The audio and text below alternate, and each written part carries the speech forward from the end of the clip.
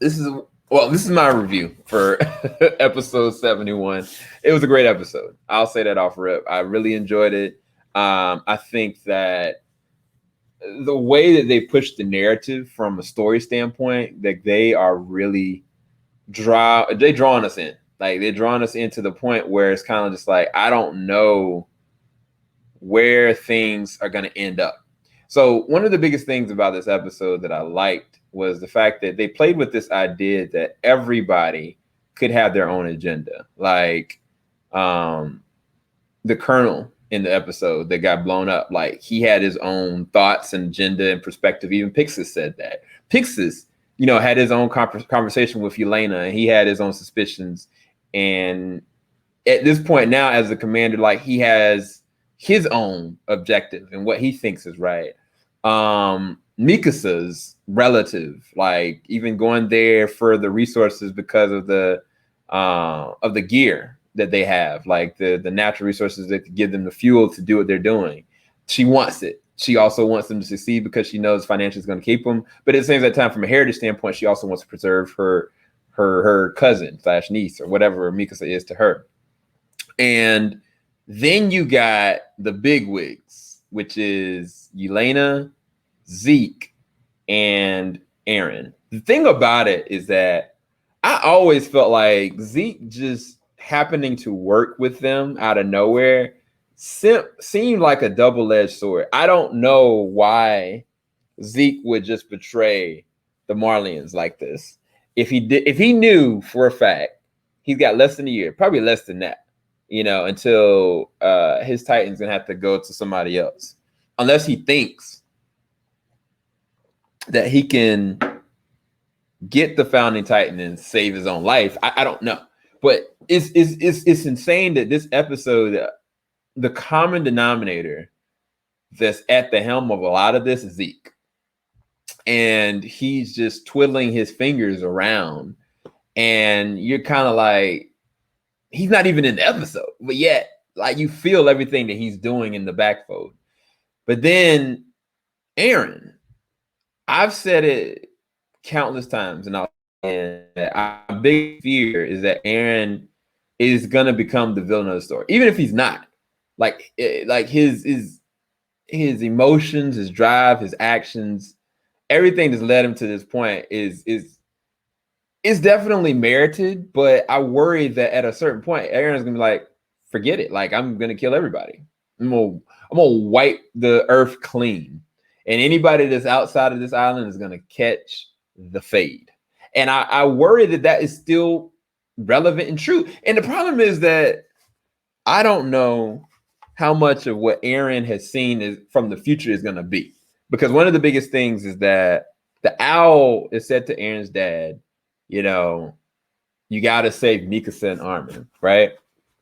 And at every turn, like, even with this explosion, like, Eren didn't check on them. And what I believe personally is that Eren has seen all this. I really do. I really feel like Eren has seen all this kind of play out in some way, shape, or form. I'm not sure how, but I really do feel like he having the founding Titan knows where things are going. And that's why he's not as worried about where things are going to go. But at the same time, probably why he's so void of emotion at the same time. The thing about this specific episode is that he was locked up. It was evident that he had a conversation with Yelena. I have a theory about that. But at the end of the day, he got out, walked to where he was supposed to, like he was supposed to rendezvous with them, asked them what's hip, and they told him, like, yeah, the premiere is gone. He did, and caught up by a bomb. He just looked like whatever. And he's like, we need to get to Zeke. And I was just like, that lets me know that he's moving along with this because he wants to. Like, it's not even a debate at this point. The question bodes to me is that Yelena. I think that Yelena and Zeke have an ulterior motive with this whole entire thing. It's going to shut this whole entire thing down. Now, I think it's separate from what Pike is doing. Pike being there, infiltrating already, meaning that definitely the rest of them have already infiltrated. I still don't know how these jokers get there so fast. That's ridiculous to me. How the world they even get there from a port? Like, they get dropped. Like I don't even know how they got there as fast as they did. Like from a time standpoint, I don't know how much time has passed, but like them being there already is just ridiculous to me. So I don't know what's about to go down. I just know that that end credit scene where Falco and Gabby, they're going to the restaurant that Sasha's parents talked to the guy that was dating Sasha, that gave her food and stuff like that. And it sounds like he's in on whatever Zeke want to do. And it could have been, honestly, this whole entire time they were playing the long game. It could have been that they were Zeke's plan all along, to infiltrate, to join, to gain trust. That Zeke actually will be interesting is if the one encounter that Zeke had, like he didn't forget anything. He knows how dangerous Levi is. And now he's in a position to actually mess Levi up, to be quite honest with you. Even though it's 30 guards, he's in a position to double cross him. And Levi doesn't even have any help around him. Like it's the perfect opportunity to pounce on, especially if there's somebody else coming for Zeke in Aaron.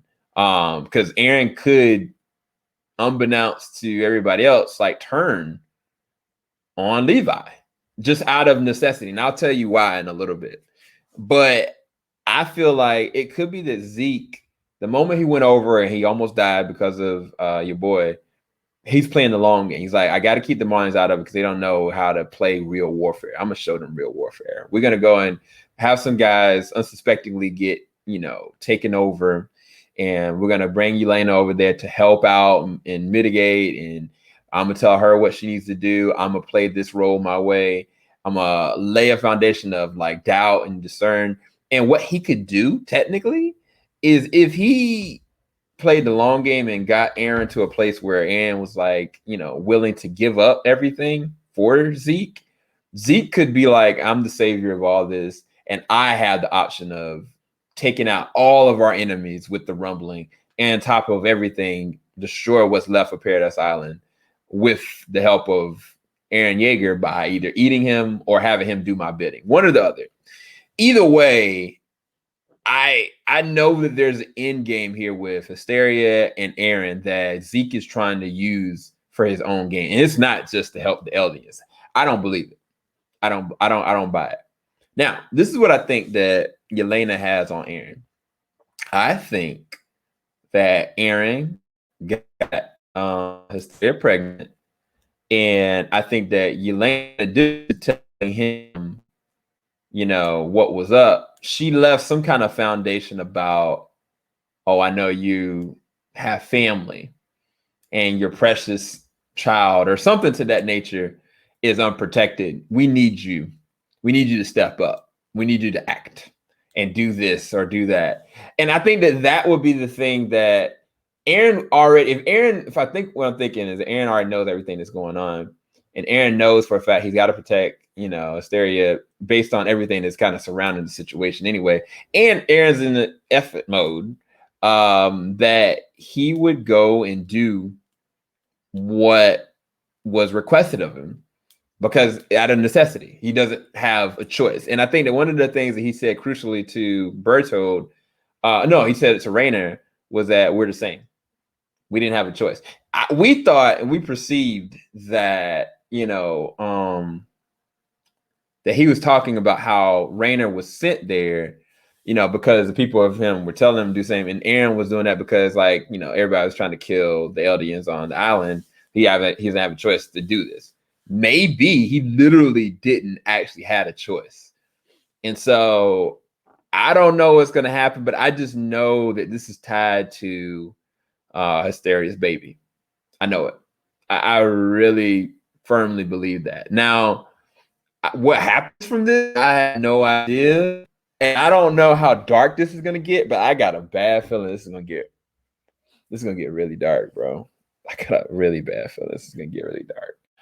As far as my closing thoughts, this is a dope episode. It made me think, which is good. The narrative is going back and forth.